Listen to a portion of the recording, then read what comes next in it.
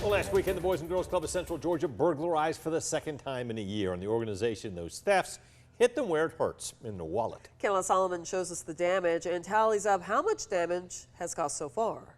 Around 12:05 a.m. on Sunday morning, the CEO of the Boys and Girls Club of Central Georgia got a call about a burglary at the King Danforth unit.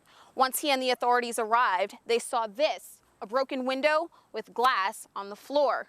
But that's not the only damage they've had to pay for in the last year.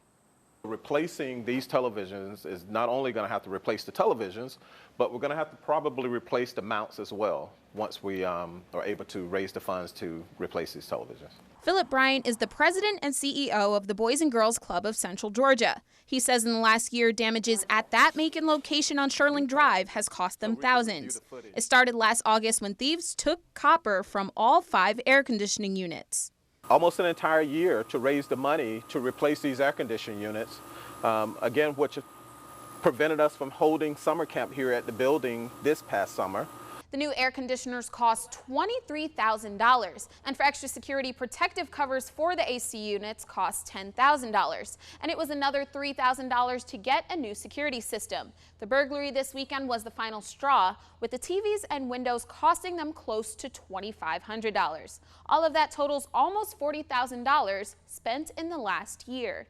Now with the broken windows and stolen TVs, Bryant says all they can do is continue to increase security and find out who did it.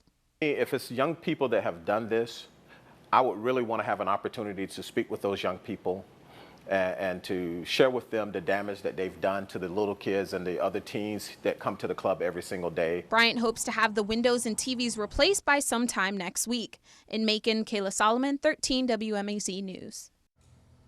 Adding to their money troubles, Brian says the Boys and Girls Club of Central Georgia did not get $250,000 in federal money this year because of the loss of a U.S. Department of Education grant. He says most of their funding comes from local and state donations.